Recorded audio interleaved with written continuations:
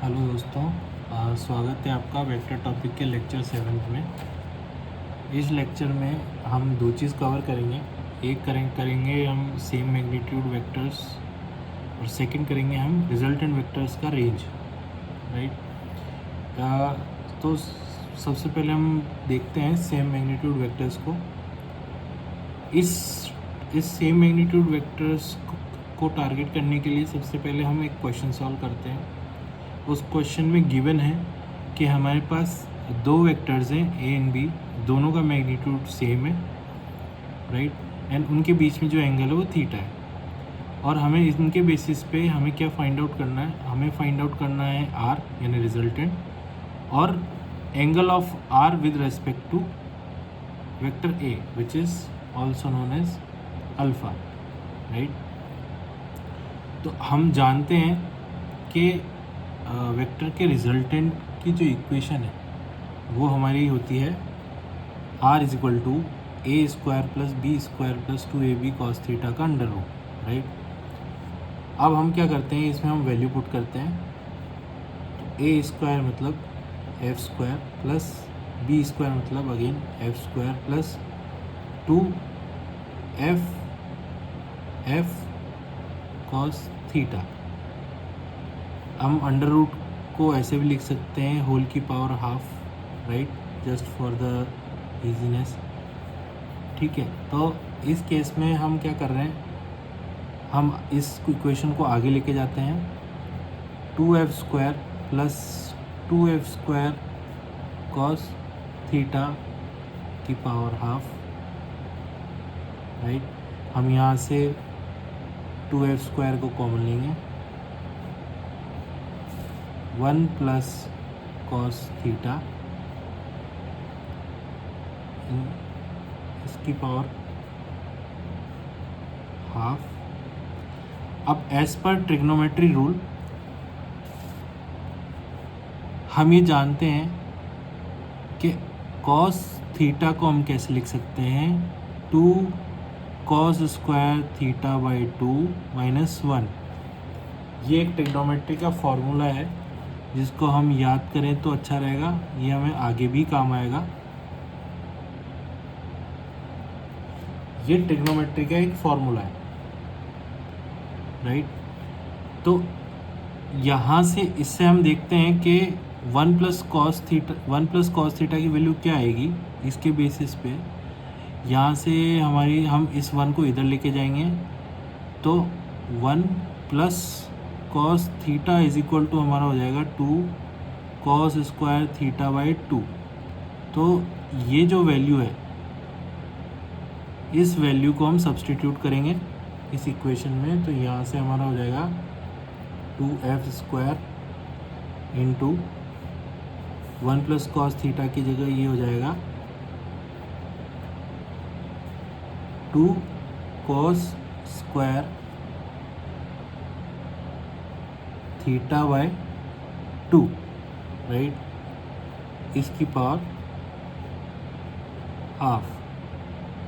Again इसको हम further solve करेंगे तो ये हो जाएगा 2f का whole square dot cos square theta by 2 की होल का पावर हाफ। अब हम जानते हैं यहाँ पे जो इक्वेशन आई फाइनली सॉल्व होके r इज इक्वल टू आई 2f कॉस थीटा बाय 2। तो ये जो फॉर्मूला है ये हम याद करेंगे तो ये ज़्यादा अच्छा है कि जब कभी भी अगर हमारा सेम मैग्नीट्यूड है दो वेक्टर्स का और उनके बीच में अगर थीटा एंगल है, तो हम ये डायरेक्टली कंक्लूड कर सकते हैं कि रिजल्टेंट होगा वो होगा 2f cos थीटा बाई 2। अब हम ये तो हुआ हमारा फर्स्ट पार्ट। अब हम चलते हैं सेकंड पार्ट जो कि है angle of resultant with respect to A vector. तो उसके लिए हम एक बार फिर से देख लेते हैं कि डायग्राम क्या बोलता है। हमारे पास दो वेक्टर है, दो वेक्टर में ए और बी वेक्टर, लेट्स से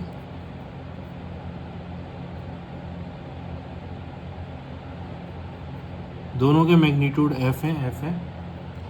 इनका जो रिजल्टेंट आया वो आया हमारा ये आर, और हमें जो एंगल निकालना है वो एंगल है हमारा अल्फ़ा, दिस एंगल, राइट। तो इसको निकालने के लिए हमने अगेन पिछले लेक्चर में हमने एक डेरिवेशन किया था, उसके बेसिस पे हमने एक इक्वेशन निकाली थी कि tan अल्फ़ा इज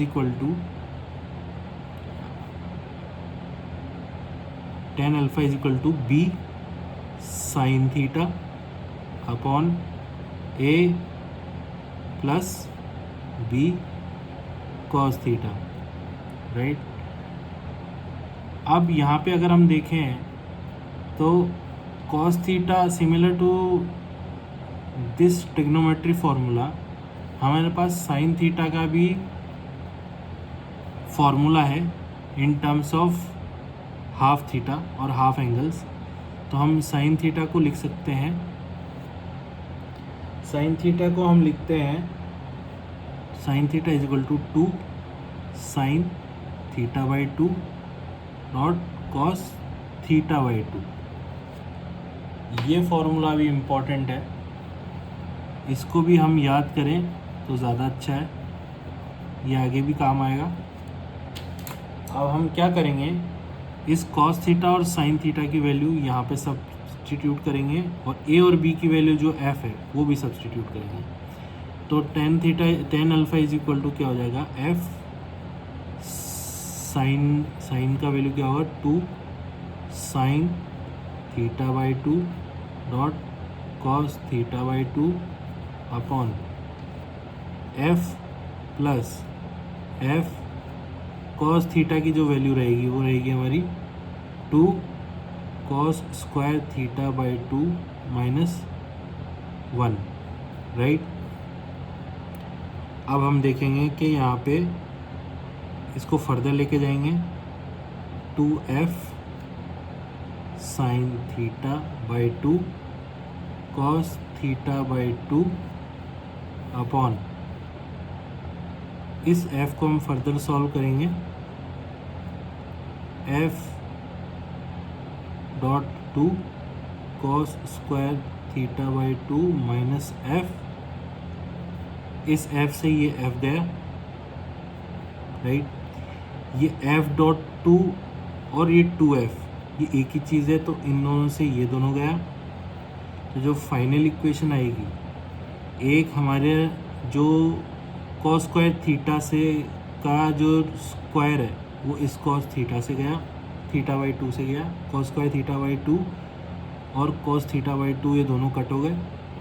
तो यहाँ पे जो इस फाइनल इक्वेशन आएगी वो आएगी sign theta by 2 upon cos theta by 2, जो कि होगी हमारी tan थीटा बाई 2, यानी tan अल्फ़ा अगर is equal to tan theta by 2 निकल के आ रहा है तो इसका मतलब हम ये बोल सकते हैं कि जो अल्फ़ा की वैल्यू होगी वो होगी थीटा बाई 2। ये भी एक इम्पॉर्टेंट फार्मूला है जिसको हम याद रखेंगे कि अगर दो वेक्टर्स का मैग्नीट्यूड सेम है और उनके बीच में अगर एंगल थीटा है तो इस केस में जो angle of resultant with A vector है वो थीटा बाई 2 आएगा। और सिमिलरली अगर हम एंगल ऑफ रिजल्टेंट निकालते हैं विद बी वेक्टर तो उसकी वैल्यू भी आएगी beta is equal to theta by 2। ये जो वैल्यू आई है B is equal to theta by 2, ये आप याद रखें और इसको पहले आप डिराइव करने का ट्राई करें similar to tan alpha, right. इसमें हम कुछ नहीं करेंगे, इसमें हम tan beta is equal to जो हमारी equation tan beta is equal to A sine theta upon B plus A cos theta, ये वाली इक्वेशन से हम similarly b is equal to theta by 2 पे भी रीच कर सकते हैं, ठीक है। अब हम बढ़ते हैं आगे, तो अगला हमारा टॉपिक आता है रिजल्टेंट वेक्टर रेंज। तो रिजल्टेंट वेक्टर रेंज के लिए सबसे पहले हम देखते हैं कि हमारी जो रिजल्टेंट की अगेन जो इक्वेशन है वो क्या बोलती है कि a square plus B square plus 2ab cos theta, right. यहाँ पे हम देख रहे हैं कि हमारा जो रिजल्टेंट वेक्टर रेंज के लिए हम तीन केसेस लेते हैं।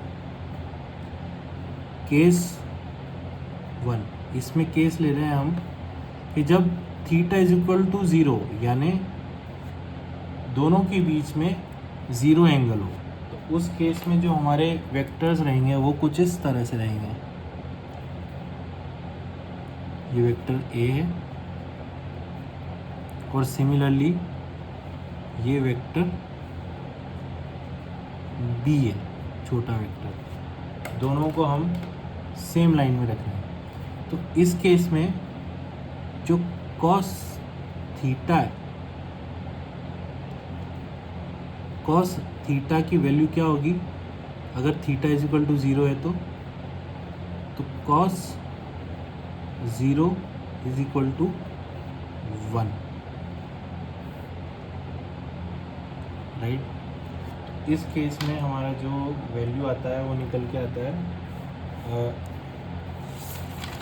रिजल्टेंट का, वो वैल्यू निकल के आता है हमारा 1, राइट। तो ये क्या होता है हमारा तो जो वैल्यू आएगी हमारी वो क्या आएगी कि r is equal to A square plus B square plus 2ab, right, इसका अंडर रूट। यानी ये हो रहा है हमारा एक तरह से a प्लस बी का होल स्क्वायर का अंडर रूट।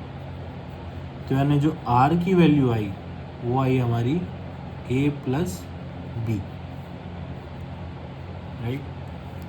ये हमारी r की वैल्यू आई यानी इसका मैग्नीट्यूड, राइट। अब सिमिलरली ये हमारा r मैक्सिमम होगा। क्यों होगा? क्योंकि यहाँ पे दोनों सेम डायरेक्शन में हैं और सेम लाइन पे हैं, राइट। तो इस केस में ये जो वैल्यू होगी इसकी, ये हमारी होगी maximum.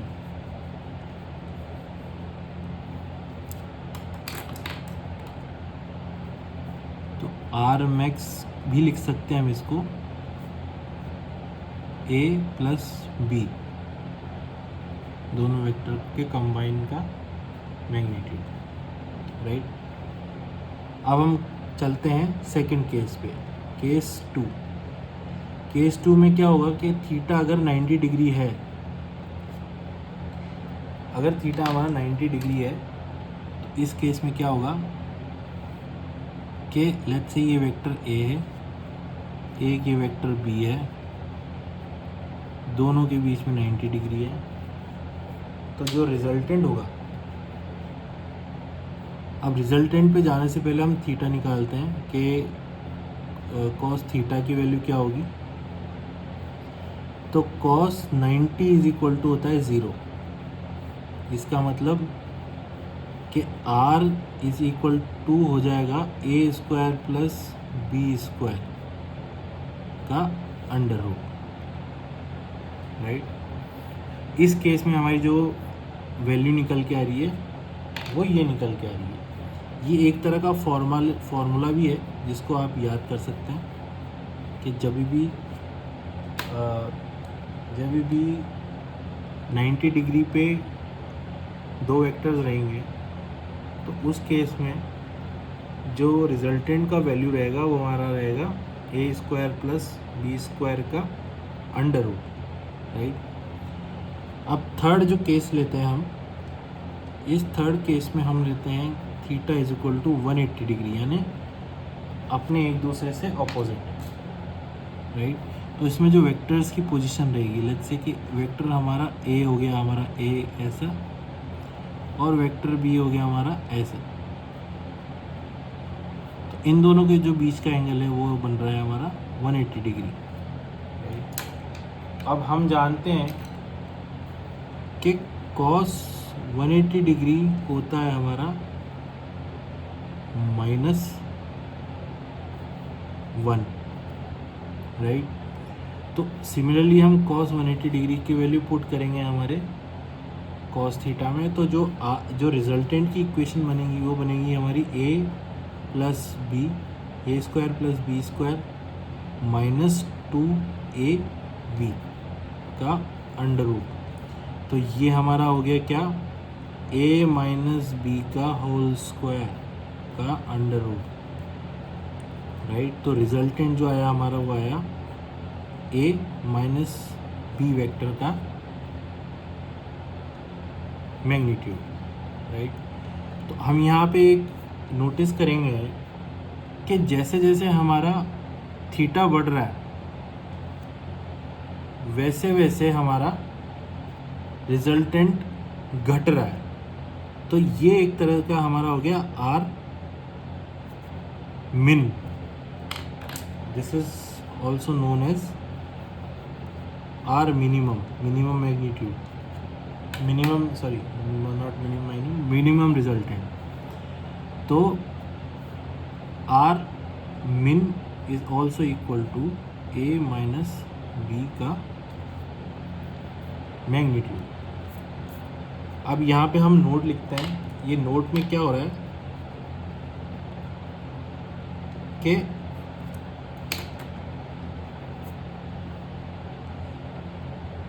when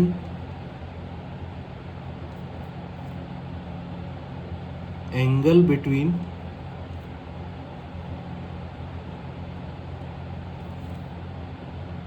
two vectors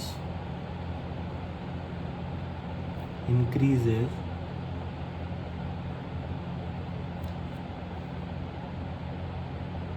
the magnitude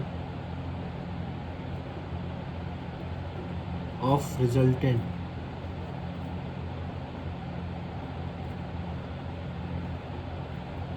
vector